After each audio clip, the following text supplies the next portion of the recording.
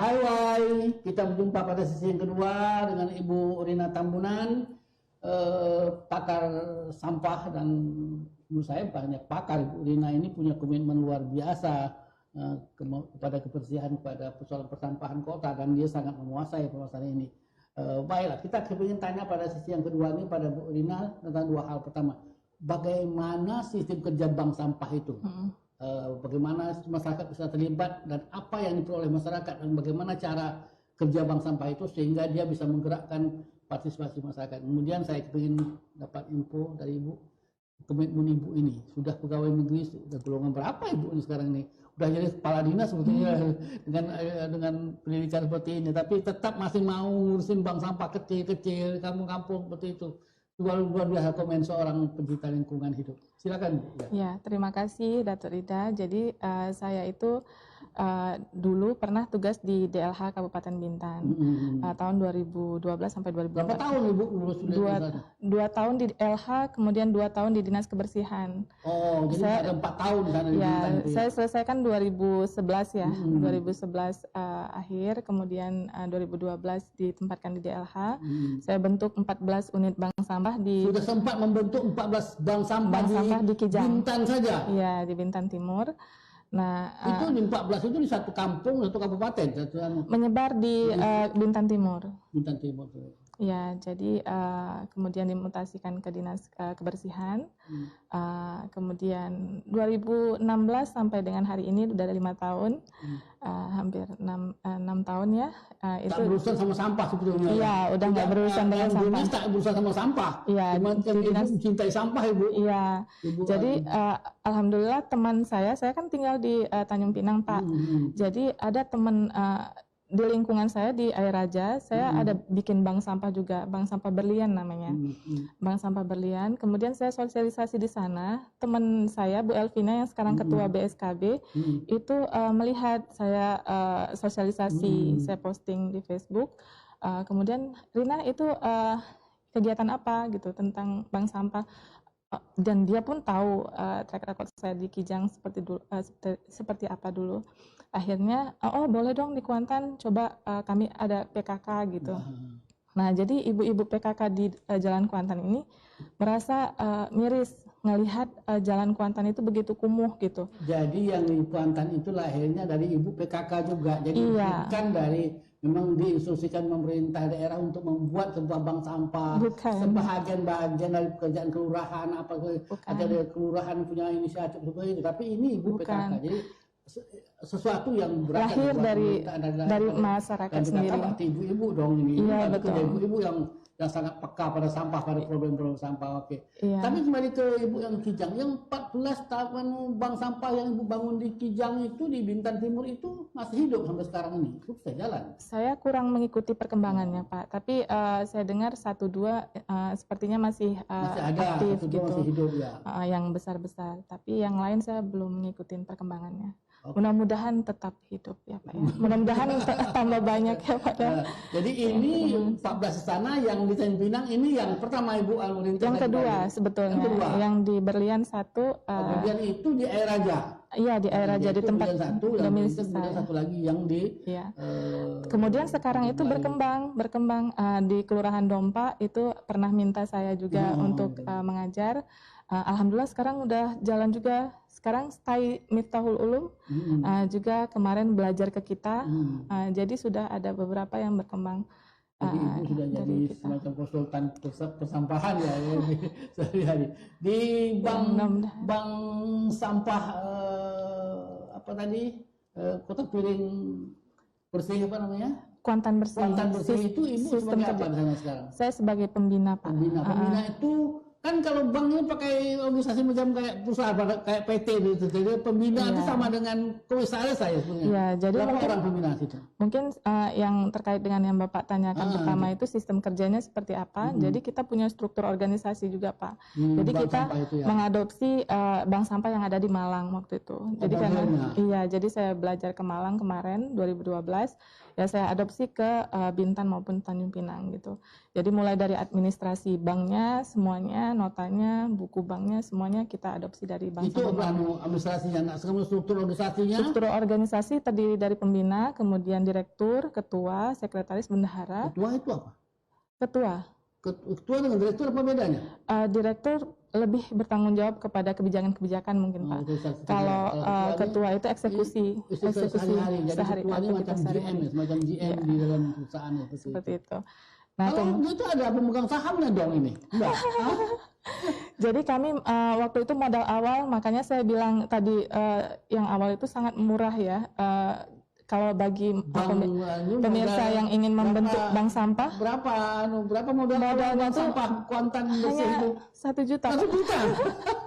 Ini sampah 100 ton 1 juta. Wow. Jadi itu pun minjem dari Dasar Wisma Pak. Wow. Enggak ada yang membiayai sama sekali. Belum. Ya, jadi 1 juta pinjam dari Dasar Wisma, dari kas Dasar Wisma. Sekarang alhamdulillah udah punya 157 nasabah sampai hari ini. Sudah punya 157 nasabah dan mengurangi sampah sebanyak 13 ton. 13 ton selama 1 tahun. Selama 1 tahun. Omsetnya 23 juta. Total omsetnya 23 juta. Iya. Dari modal 1 juta, sekarang omsetnya sudah asetnya total 23 juta.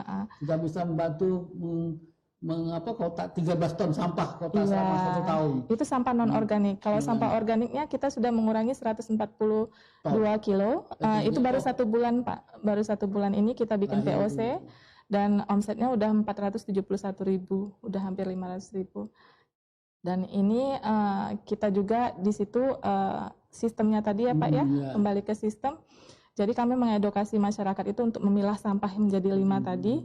Dan kemudian sampai ada pegawai bank sampah sekarang yang mengurus secara berapa orang pegawai Ibu sekarang? Kami 8 orang. 8 orang. 8 orang itu semua. Ini termasuk direksinya itu? Iya, 8 orang itu ibu-ibu semua Pak. Ibu semua? Iya, karena kami terbentuk kemarin sempena Hari Ibu. Hari Ibu. 29 Desember 2019.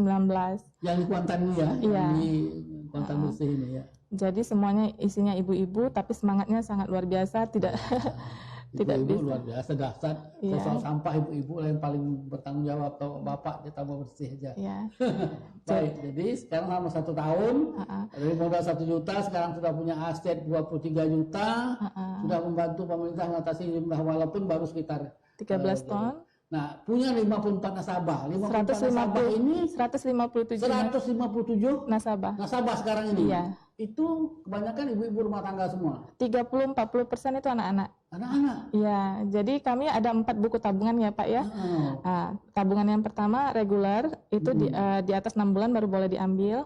Tabungan pendidikan itu tahun ajaran baru. Jadi bisa membantu untuk beli kebutuhan sekolah. Nah ini peminatnya anak-anak nih Pak. Nah ini kemudian tabungan lebaran itu pada saat lebaran saja. Lumayan membantu ibu-ibu beli bahan-bahan kue Pak.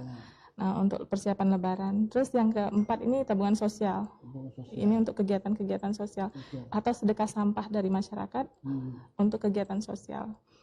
Nah jadi dari keempat ini 30-40%-nya peminatnya anak-anak. Anak-anak, mereka pada umumnya memilih tabungan pendidikan itu, iya. Nah, 1 tahun sekali buka ya, karena itu hanya boleh ditarik 1 tahun sekali kan? Iya, harus disiplin Pak. Harus disiplin ya. Iya, tapi bila mereka belum waktunya, kami menyiapkan program juga tukar sampah dengan sembako. Nah, jadi belum untuk ibu-ibu tentunya, bukan anak-anak. Iya, jadi belum saatnya mengambil. Ya reguler itu 6 bulan. Bisa ngambil. Jadi ibu yang itu reguler 6 bulan. 6 bulan masih bisa dapat tukar sama sembako dengannya. Nanti sembako tapi bayar dengan sampah maksudnya. Iya, dicabung sampah. Iya. Dan yang kedua program kita itu bekerja sama dengan agen pegadaian. Jadi kita agen pegadaian resmi Pak dari Pegadaian Bukit Bestari. Itu dari sampah juga. Iya dari tabungan sampah tadi dikonversikan ke berat gram emas. Nah, jadi kita menaikkan value dari sampah itu. Sampah tadi jadi emas. Ya, makanya orang pengurus maupun nasabah itu 1 gram emas berapa kilo sampah itu? Konversinya. Itu dari nilai uangnya Pak. Jadi udah nggak kelihatan lagi dari sampah. Sampah jadikan nilai uang dulu konversi ke emas. Betul. nanti kalau 2,5 gram emas kan ada program pegawaian naik haji tuh, bisa juga dari itu daftar ke naik haji bisa. Jadi banyak kegiatan-kegiatan yang bernilai ekonomi bisa menggerakkan ekonomi kerakyatan, tetapi sekali lagi ini sumbernya seluruhnya dari sampah, dan sampah itu yang potensi itu yang 4 tadi itu ya. Merubah pola pikir itu, merubah pola pikir. Masyarakat dari sesuatu yang tidak berharga itu. Nah sekarang nasabah itu melihat sampah uang gitu. Dari sampah menjadi emas itu. Sebetulnya kampanye besarnya seperti itu sebetulnya. Sampah itu emas, sampah itu emas. Mengemaskan sampah sebetulnya ada kampanye seperti itu kalau punya kesadaran, dan memang tapi itu memang perlu perjuangan yang luar biasa, sosialisasi. Harus masif. Dan saya pikir kalau itu dikerjakan oleh para ibu-ibu secara luar biasa di seluruh kota Tanjung Pinang, ibu terlibat semua, wow, saya kira pasti sukses bank sampahnya ini, karena ini untuk sementara ini kan kalau nilai seperti itu masih lillahi ta'ala semua, ini kan masih ibu pasti belum digaji sama 1 tahun ini belum. Dan 8 orang di pengurusan belum ya, tapi belum digaji banknya ya. Iya, karena tahun pertama tahun kita merintis kan Pak. Jadi memang betul-betul sama. Makanya saya merekrut. Biasa, namanya betul-betul merintis ini. Dengan modal 1 juta ini sudah di zaman sekarang ini tak masuk akal lagi Bu. Ini 100 juta mulai itu baru bisa. Ini kalau 1 juta dan pakai nama bank lagi lah, itu artinya luar biasa lah. Ini memang lebih kepada komitmen tekad, komitmen moral, kecintaan kepada lingkungan hidup yang bersih, dan itu ada pada ibu-ibu. Oke, jadi sekarang ibu sudah bekerja di Bintan sebagai pegawai negeri. Tiap hari apa ibu bekerja di bank sampah Ibu? Hari Minggu Pak. Jadi hari Minggu saja. Kami kan buka hari Minggu saja satu kali seminggu jam 9. Buka hari Minggu. Jam 9 sampai jam 12 3 jam saja Pak. Oke, 3 jam seminggu. 3 jam itu tapi lumayan luar biasa banyak. Satu kali buka itu dapat berapa ton sampah yang bisa ditampung, sekarang itu biasanya kami jual kalau gudang udah penuh ya Pak. Biasanya 4 minggu itu gudang penuh. Sekarang 2 minggu Pak udah penuh. Jadi saking ramainya sekarang hampir 2,5 sampai 3 ton itu sekali penjualan itu.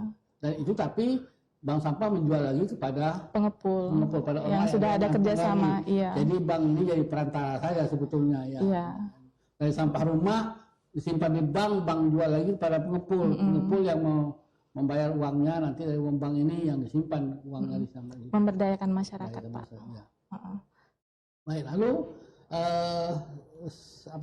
tadi seperti itu 154 sabah 1 tahun. Sekarang idealnya kan bank apapun namanya kan ini harus punya rasa ada untungnya menjadi supaya dia bisa berkembang. Aku tetap bisa berkembang dia. Ada untungnya bukan labanya. Dan ini idealnya berapa ton sampah bisa dikelola supaya bisa dapat untungnya seperti itu. Sebetulnya sekarang sudah ada keuntungan, tapi masih kami keep dulu untuk kebutuhan yang penting-penting karena kami lokasi saja masih pinjam. Berapa persen jual beli sampah itu untung? Yang dibenarkan oleh Permen LH itu 15%. 15% saja. Itu sampah bersih. Nah, jadi kami bedakan antara sampah bersih dan sampah kotor. Jadi sampah kotor itu kami hargai kami potong 40%. Sengaja kami beda jauh supaya masyarakat itu tertarik dengan bersihnya. Membersihkannya sendiri gitu. Kalau boleh izin kami tunjukkan. Jadi kalau di sini saya ada bawa gambar-gambar sampah karena nggak mungkin bawa sampahnya. Nah, jadi kalau sampah yang seperti ini walaupun dia bersih, tapi ada labelnya, itu sampah kotor. Jadi kami potong 40%. Nah, kalau dia membersihkan labelnya sendiri dari rumah, itu dipotong 15%. Walaupun dia berlumpur, tetapi dia tak ada label, itu harga bersih. Dianggap sampah bersih. Ya. Dianggap sampah bersih. Nah, ini sampah yang diterima di bank sampah kita, mulai dari gelas, kemudian alih-alih. Semuanya kan plastik sekarang ini ya? Iya, ada ember, ada botol, plastik, ada koran, ada HPS Pak. HPS, kertas HPS. Duplek, ini kotak susu Pak. Kotak susu ya, karton-karton ya. Karton-karton yang tipis-tipis, kemudian bekas telur, kardus juga diterima. Ini sampah. Ini pada hari raya nih banyak Pak. Iya, canning, kaleng-kaleng minuman apa seperti itu. Aluminium. Oh ini besi-besi. Ini besi-besi. Mesin, apa segala macam ya semuanya. Bisa aki bekas, juga elektronik. Komputer rusak segala macam ditampung semua di sana. Tampung Pak. Nah AC, mesin cuci seperti itu. Sesuai dengan permintaan pengepul lah seperti itu ya. Ya, yang bisa diterima oleh pengepul. Perusahaan seperti pasar seperti itu ya. Iya, jadi itu sampah itulah yang disimpan oleh nasabah untuk nanti dijadikan uang. Menurut periode yang reguler 6 bulan sekali baru saya iya, itu, yang 1 tahun untuk tahun ajaran itu. baru, Ya. kemudian Jadi lebaran. prinsip bank itu prinsip cara menyimpan segala administrasi persis sama seperti itu. Bank, cuman ini nilainya konversi sampah. Iya, persis sama seperti bank konvensional Pak. Ya. Jadi ada nota. Ini buku tabungan ini. Iya, jadi ini buku tabungan kita masih sederhana. Tapi kemarin ada buku tabungan baru dikasih sama Pak Camat Ferry dulu yang lama. Tapi nggak saya bawa. Ini sama seperti ini. Nanti jenis tabungannya kita tulis di sini. Oh gitu. Nah itu kan jumlah tabungannya dia. Tergantung berapa sampah yang di store ya. Iya, ini. Berapa nilai tertingginya itu Bu? Ada nasabah kita 1 juta di atas 1.500.000 selama 1 tahun 1.500.000 ada. Itu yang paling tinggi kemarin. Yang kecil yang 60.000, 10.000 iya, ya, seperti itu. Sampah yang rajin atau tidak dia menabung seperti itu. Jadi nota seperti slip penyetoran kita punya, jadi pembukuan semuanya sama seperti bank. Tak ada sampah yang tidak berguna, betul-betul bisa dimanfaatkan. Betul Pak. Jadi bukan adalah kemauan dan kesadaran dari masyarakat untuk ikut mengenal bank sampah dulu, kemudian ikut memilah dan tahu bahwa sampah itu bukan sesuatu yang tidak ada harganya, tidak ada gunanya. Memang ada yang tidak berharga, tapi yang lainnya masih bisa dihargai. Tinggal bagaimana cara kita memperlakukan sampah itu supaya dia bernilai uang. Betul. Bagaimana kesadaran bahwa menjadikan sampah, mengemaskan sampah, bagaimana merubah sampah menjadi emas. Baik Bu, ini kita yang kedua kita break dulu, kita nanti cara lagi kepada sesi yang ketiga. Hai kita break pada sesi yang kedua ini dengan cerita Ibu sampai sesi sampah seperti apa. Nah, nanti kita sesi yang ketiga kita tanya Ibu ini sebetulnya mimpi besar Ibu ini dengan teman-teman dan Ibu itu apa sebetulnya. Baik para pemirsa sekalian, hai kita jumpa lagi pada sesi yang ketiga.